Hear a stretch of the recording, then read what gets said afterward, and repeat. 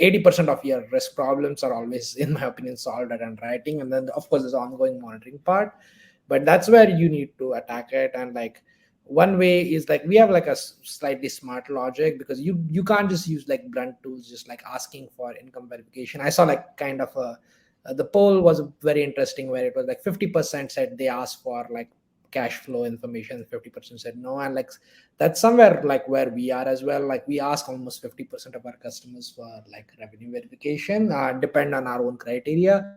But that's where like tools like Inscribe come in. And like I love this X-ray feature. It's like so good. I'd like before we use them, like it used to take us like an hour to do bank document verification, and like it's like automated, it goes end to end, it's really fast. But I think one step beyond that is because a lot of first party fraudsters have legitimate bank accounts. Like how do you deal with that? Like one set of fraudsters you deal with, like they're tampering documents. Okay, you can catch them, right? And the second layer is fraudsters just move, like they will start like three businesses and they'll just move money around those three businesses, and so it looks like they're making legitimate payments.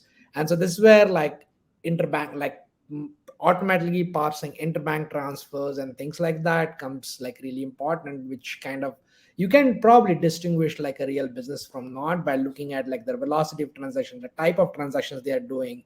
We use a lot of indicators, like do they have a QuickBooks transaction? A fraudster is not paying for a QuickBook account to make accounting. They are going to set up these accounts and move money around, but they're not going to pay for this software because it's like wasteful expense for them, right?